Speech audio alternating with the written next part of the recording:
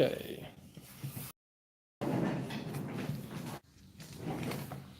All right, I hope everybody can see me and hear me. I'm just going to check the web link myself before we get started. Good, so we're all good to go. So guys, thank you very much for joining me for this AMA as well. We have so far got a grand total of 2 people watching, so we'll just wait for a few more people to come on board, and we'll advertise again to the Telegram community as well as the other groups that we're about to start the AMA. I already have a list of questions that was prepared by Tim, our community manager, who's been asking people to post some questions. So hopefully I can go through those as well. So we'll just start in a moment once more people are on.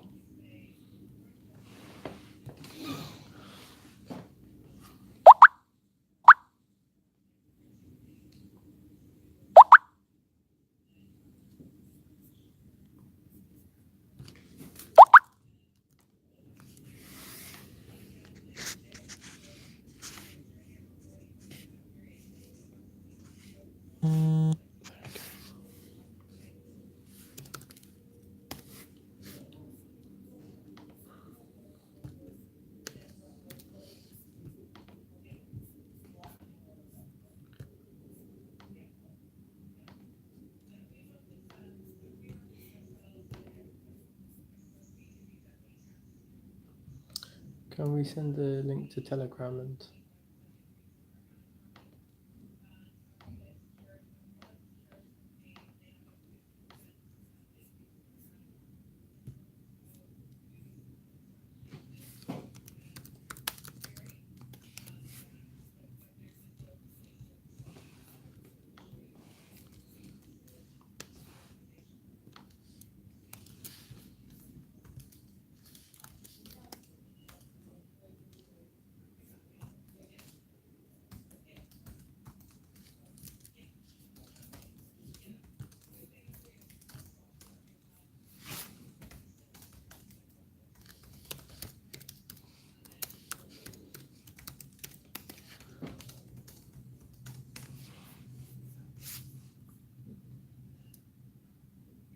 Okay guys, for the interest of time, I'm going to start the AMA now, and I'm going to essentially answer some of the questions that were already posted to us. So if people aren't able to join us right now because it doesn't suit them, it's not a problem. You can always play the video again and hopefully pick up on some of the answers that have been posed by some of your fellow community members. So I've got here the first question. Some of these questions don't actually have names to them, so sorry if I can't direct the response directly to yourselves. But the first one is asking, do you plan to move med tokens from ERC20 to your own token in the future? So this question is really asking about the structure of our cryptocurrency, and it's asking if we're going to have our own model of cryptocurrency which we're going to transfer from an ERC20 style token to another one. In the near future, no, because we don't have our own architect for this at the moment. We are using ERC20 token, which is the med token, and we have the Hyperledger Fabric architecture, which is supporting the Medicalchain platform as well. So until things change or we see vast improvements in blockchain technology or the reach to other systems and services and interoperability, we don't have any near future plans to change or move to these. There is talk that companies such as EOS, for example, and others are building systems which would potentially be a platform to migrate onto, but for the current time being, we don't have any plans to do that at the moment. I heard about a trial in Japan in October. Do you talk with MHLW? MHLW Japan. So this is the Ministry of Health, Labour and Welfare of Japan. So in a very informal way, yes, we have spoken to the ministry before. There was a time where we were very close to being a incubator a company in Japan, and they were going to support us as a startup. Unfortunately, we didn't make the next governmental rounds of that process. But talking about Japan, Mo, who normally joins me. You'll see that there's a big space missing next to me now where Mo normally sits. Mo is currently in Japan now. So we are always there. We have very strong links with the private healthcare and private hospitals there. And as we've said on previous AMAs, we are focusing on delivering a English UK platform, the pilot, which we have end of July running at the Groves. And once we are confident that everything has run quite well, we've not run into any problems or any complications, then by all means it's a case of just switching from one language to another and trying to integrate it into their systems. I would say there is a lot more appetite, not just for Medicalchain, but in terms of the use of electronic health records and in terms of empowering patients to have access to their health records wherever they may go in countries such as Japan, as well as Hong Kong and China. It brings me on to my other point. So there was, at the beginning of the week or 2 weeks ago, we said Vincent was going to be joining me. So Vincent would have been sat here.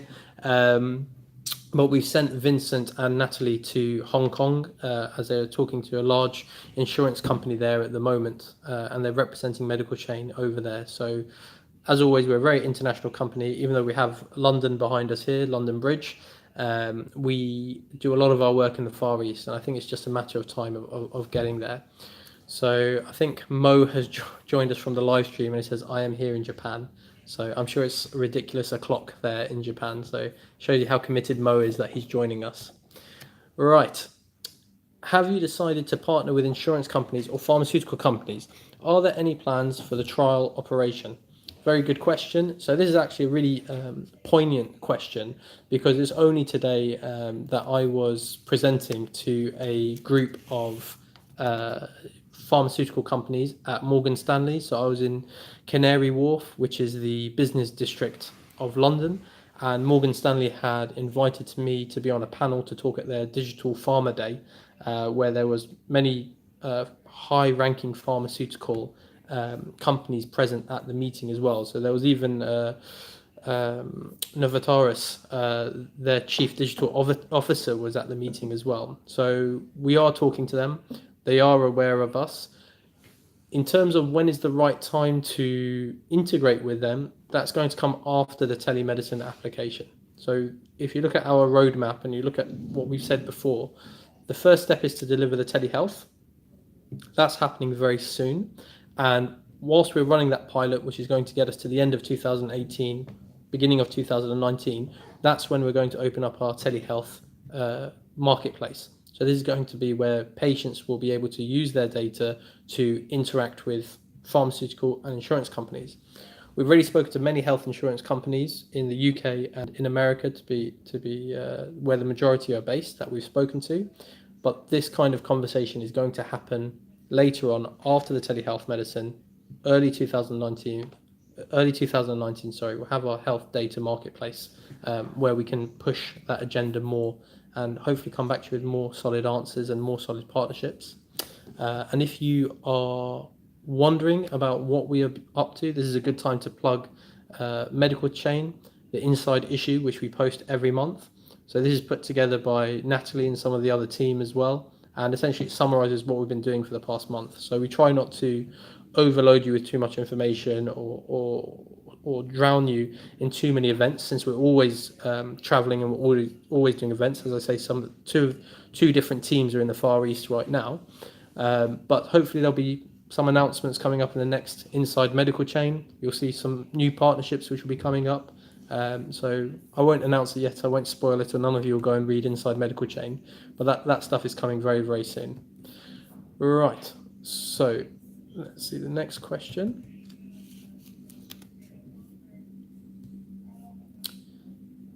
Are there any plans to list on the Japanese exchanges?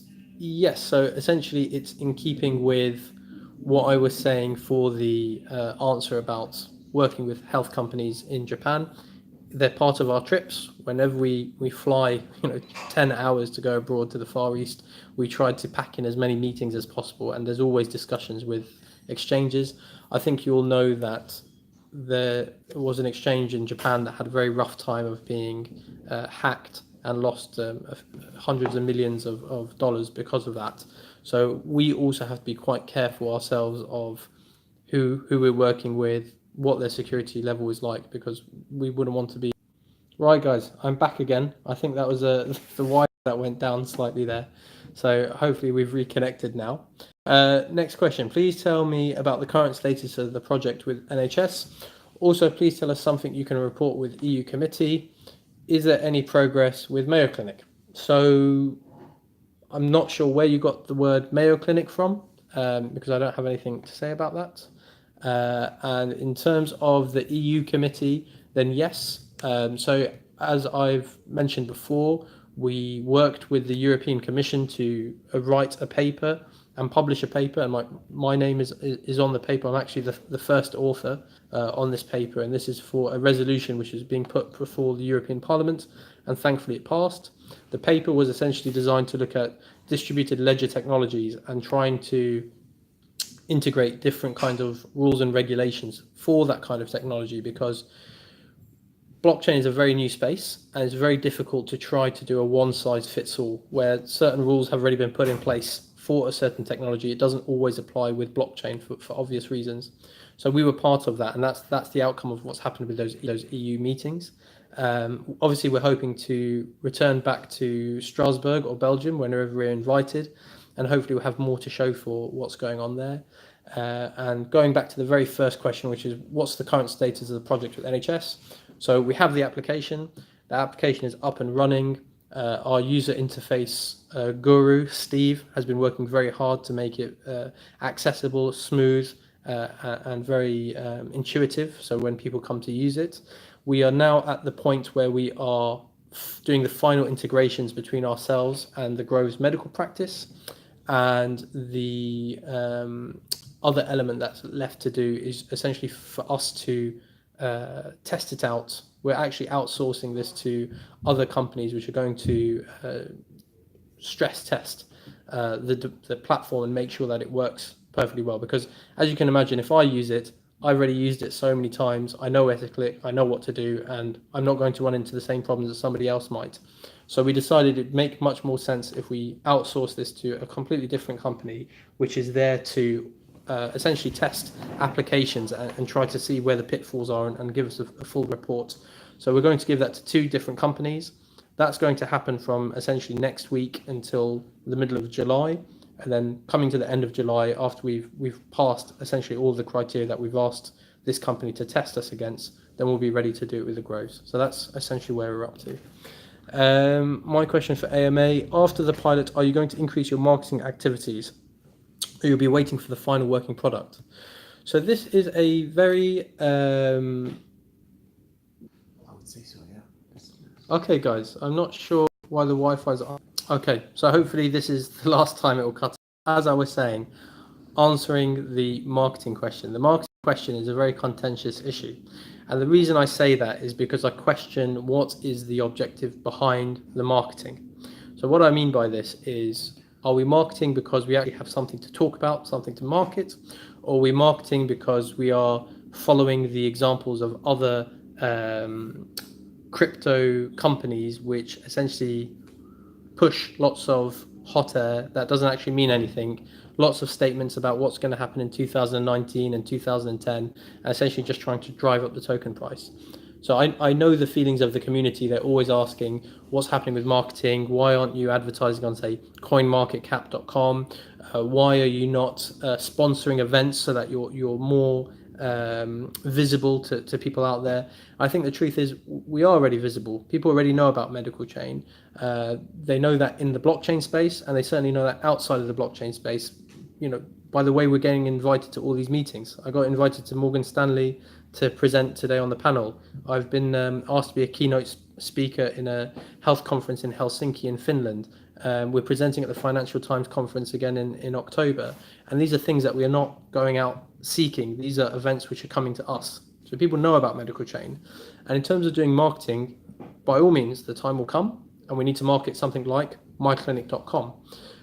The problem is, if we're doing a pilot and the pilot has to suit our conditions, it has to suit our time frame. So if we'd marketed it, say, nationally or internationally, and you have 20,000, 30,000 people try to sign up to this platform, it's not ready. or it's not designed to take those patients or those number of users on board, because the doctors which are going to be running myclinic.com are going to be the Grows doctors.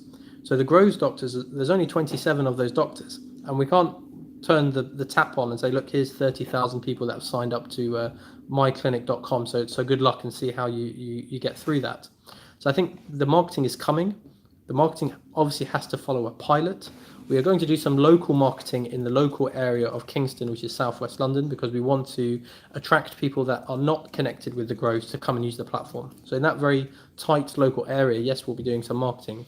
But in terms of big, fireworks and show and tell and all the rest, and trying to drive up token price, it's not the time, guys. Trust me. Especially even if you want to talk from a tokenomics perspective, I could come out right now and say, I don't know, Medicalchain has signed a huge deal with the NHS, for example. We haven't, but say, for example, I say this. Do you really think it's going to change the price of the token? And the reason I say that is because the whole cryptocurrency market right now is down. And a company such as ours, there's only so much work we're producing at such a speed, and there's only so many bullets we have in our gun to fire off as a announcement or as a marketing strategy. And if we fire them all off in a very negative crypto market right now, it's just not going to hit its target, and we're not going to go anywhere. So I'm getting some questions now, I think, on YouTube. I don't think that makes much sense to market now. So this is from Clarence Thomas. Besides the fact that you have a lot of things to come still, it's very much a bear market right now. Exactly. But I like your long-term. So I couldn't agree more. I've just read your comment, and essentially it's exactly what I just said. Going back to one of the questions. So the last question I had here prepared for me by Tim was, how does Medicalchain work? Just read through the white paper. Seems like it's a multi-chain structure. How does the Medicalchain use Ethereum-based smart contract system that revokes permissions with Hyperledger Fabric and then verify identities with Civic? Fine. So this is a very technical and deep question, and whoever posed that question, I'm very thankful that you read our white paper. There's nothing more frustrating than answering something that you know is already out there and accessible. Where this question may have come from is the person is trying to understand how all these different systems are going to interact with each other. So the first thing is to say that they don't in a blockchain sense. The MED token, the cryptocurrency, which we're going to use in our myclinic.com application, as well as the other future applications such as Health Data Marketplace, that is an ERC20 token, and it works on its own separate blockchain, if you will. And then the actual place where we're recording the transactions on the patient's records uses a different kind of blockchain system, which is the Hyperledger Fabric one, which was designed by the Linux Foundation. We're using two different systems for a reason. The reason behind that is because to be a recognized, accessible, and approachable cryptocurrency, it was found to be best to be in an ERC20 format. It's what most of the wallets accept. It's what most of the exchanges use. So this was the drive behind basing MED tokens on an ERC20 format. Coming on to using Hyperledger, the reason we used the Hyperledger framework is because Hyperledger gives us the ability to do granularity access. And what I mean by granularity access is we can say that this user is a patient, so they should have read-only access. This user is a certified doctor, which has gone through our stringent criteria, and they can have read and write access towards the patient's records. So we did look at other kind of blockchain systems and networks out there at the time, and these are the two that we picked. There's ways that they interact with each other, but they don't interact with each other on a purely blockchain sense because they're separate systems. And coming last onto Civic in terms of the identities. So the plan is to use the Civic system when we are registering doctors onto the platform to prove their credentials. This is also something which is going to come about sometime during our pilot. So if you imagine our pilot is like a sandbox, and we're going to try different things in there. So we've already said we're going to accept MED tokens, Bitcoin, Ethereum, and normal fiat via debit or credit card to use the myclinic.com system. The idea is that the pilot is for us to benefit, for us to generate data and information, for us to realize where we need to go and what we need to do with the company going forwards. So even using Civic, the Civic element might come into the pilot later on. Once everything's up and running, then we'll try to introduce those other factors. The way the Groves pilot works at the moment is using the Groves doctors. So these are doctors which have already been put onto their system. They're already recognised clinicians in their network, if you will. So we're not needing to use the Civic immediately, but it's something we obviously have a partnership with, and we can depend on soon enough when the time comes. Thank you very much for your support, Zed. Always very supportive. Clarence, again, if I remember correctly, you're looking to introduce the bracelets into the pilot next month, sometime in July. How's that coming along? So I have to be honest with you, the work that has gone into myclinic.com has put the bracelets on the back burner at the moment. That's not to say we've forgotten about them. We still have them. If anybody ever came to our office, they would see that the bracelets are lining our desks. It's something we do plan to integrate soon enough. The technology behind it is not challenging at all. The technology is just NFC technology, which is already in place, and it's a case of giving user access via the bracelet. That's not the complicated bit. The bit which we need to work on is the design and making it look nice and pretty. And it's something, as you say, we would probably use in the pilot. So if you imagine there'll be a number of people that have signed up to myclinic.com, are using it in the Groves. The plan would then be to contact these people and thank them for using our service and reward them by giving them a bracelet with some instructions of how they can set it up. And again, this will tag on to the next bit of the pilot, if you will, but it won't take long to do. And the only reason we've not done it is because we have to get the myclinic.com bit right first and foremost.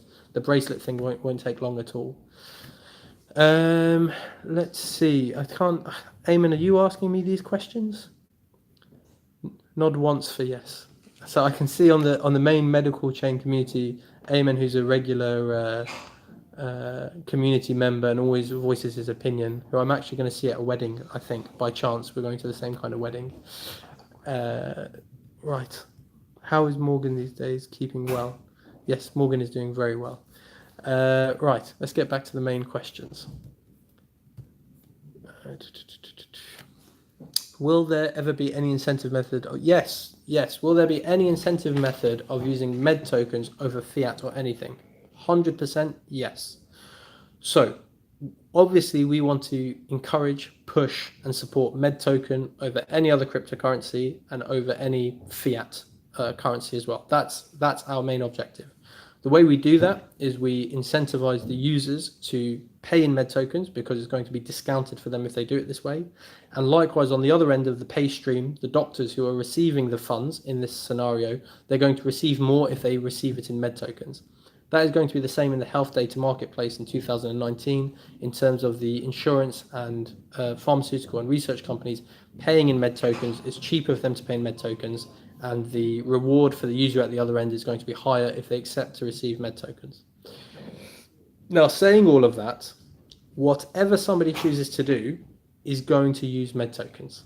So you've got a patient user on this side, and you've got the clinician that wants to accept the funds on this side.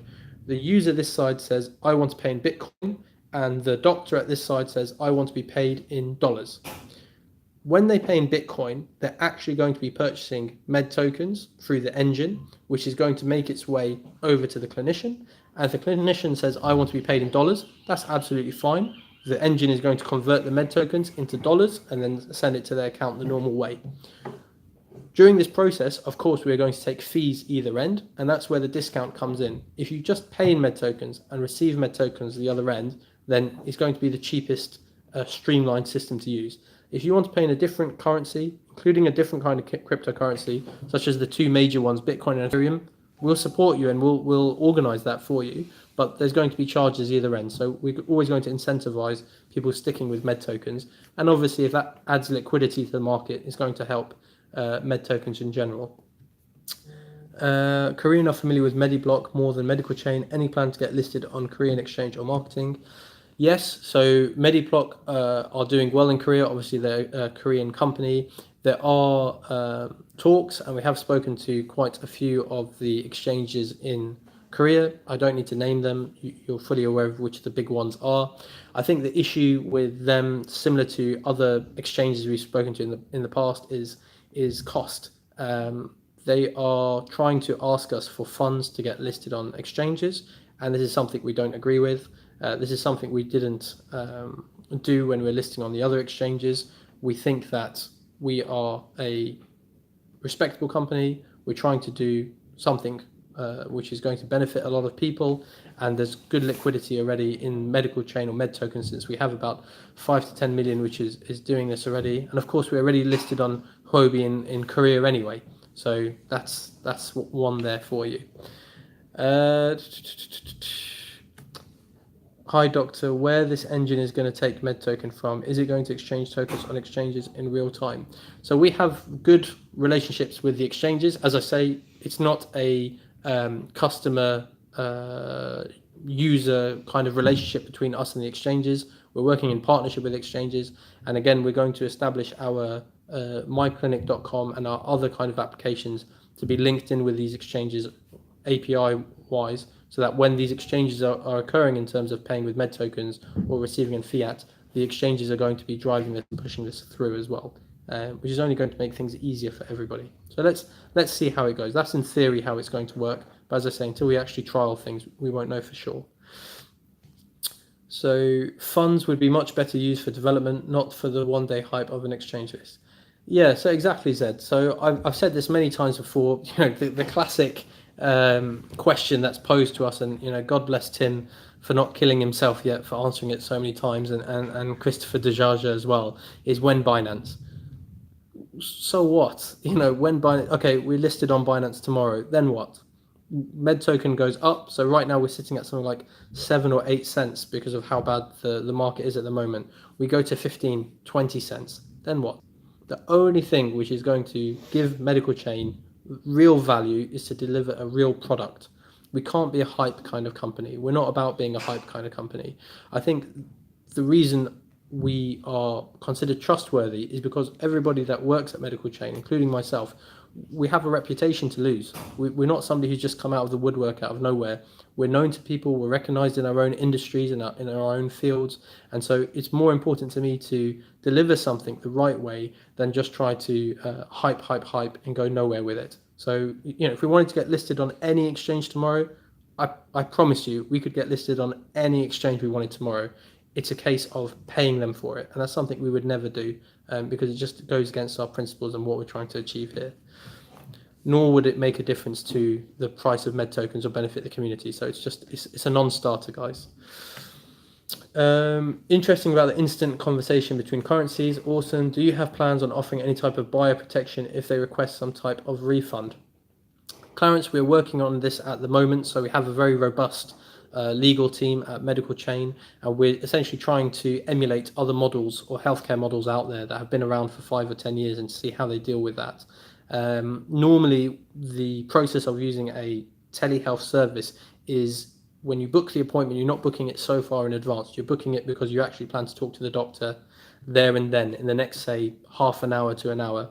So it's very rare to envisage somebody booking something and then trying to refund something afterwards as well. But I don't have a clear answer for you now at the moment. Hopefully that's something, a question we'll save for the next AMA, and I'll try to have more details for you then. When Binance, lol. I actually typed it before you said it, see it so often. Great. So guys, we started a little bit late, so I'll give it another 5 more minutes, and then I think we'll conclude this AMA. Let's see if there's anything else going on in the other groups. So, Amen. Regarding Financial Times articles, it raises an interesting point about war zone and refugee camps. Will Medicalchain be involved in this to help alleviate the burden already heavy on displaced population or population of war zone where internet is not always available? Will there be a way to have an offline version for EHR for this situation? So this is something I actually spoke about when I gave a presentation at Imperial in London a few months ago.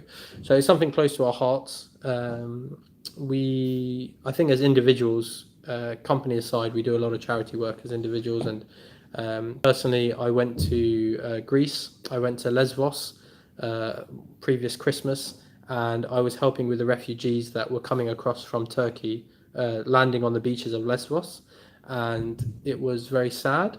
I was going there as a doctor because I thought they needed doctors, and the truth is they didn't need doctors. They just needed emotional, psychological support, a change of clothes. They'd come soaked in their wet, cold clothes, and they'd literally arrive in Greece and they'd say, "We've come to Germany," and it might sound comical, but it's heartbreaking at the time. So it's a passion for all of us to try to help people in need, especially displaced populations such as refugees. We have tried to discuss this in the past, but there are other companies out there that are making inroads there, and rather than just being somebody else, if you want, competing for that space, I'm looking to see if there's an actual leader in that space, and then I'll approach them and say, look, we're doing this on the side. Do you think we could team up with you since you've made inroads here already? So that's really for the kind of charitable work, if you will, that we want to be involved in, or the humanitarian work we want to be involved in. In terms of working in third world kind of companies, third world kind of countries, apologies. Yes, so it's an infrastructure question. They have to have reliable internet and they have to have reliable electricity, which can be a challenge in some of these countries as well. So, as always, guys, we're very, very young startup. We've got loads of ideas. We've got loads of things we want to deliver. We have to take it step by step. Hopefully, as the team grows and we grow in stature and in experience, we can start adding to our workload that we've already put on our roadmap. Our roadmap is already pretty chock-a-block, and I think so far we've done an okay job. And I wouldn't want to start moving away from our path or getting distracted and then not delivering on our original promise of what we told people back in July last year when we started this whole journey. Right, guys, I think that is everything now. Thank you very much for everybody who's joined today. I'm sorry if the time didn't suit you. As always, if you have a personal question, a direct question you want to ask, then feel free to post it to Tim or Christopher Dejaja or Omar Ayaz, and they'll feed the question back to me. In terms of the previous question we had about buyer protection, from Clarence Thomas, I'll note that down, I'll make a record of that, and I hope I have a more substantial answer for you at the next AMA. Thank you all right, Clarence, last one. I'm a private contractor in Iraq and I see a lot of problems with medical records with overseas contractors, various strength medical requirements, good potential market. Yes, so Iraq is obviously something close to my heart. My parents are both from Iraq, from Baghdad originally, so we know the area quite well. But as I say, we don't want to move away or get distracted from our roadmap and what we're trying to do at the moment. Thanks very much for joining us. Please feel free to join our Telegram group, to interact with everybody on Twitter and other social accounts. Please, if you haven't signed up already, sign up for the patient or the professional registration with myclinic.com, as we're building a database here of when it's going to go live in your area, hopefully. And join our mailing list so you can get inside Medicalchain, where you'll learn about the events we've gone to and the biggest announcements in terms of partnerships as well as exchanges. Thanks again, guys. Take care.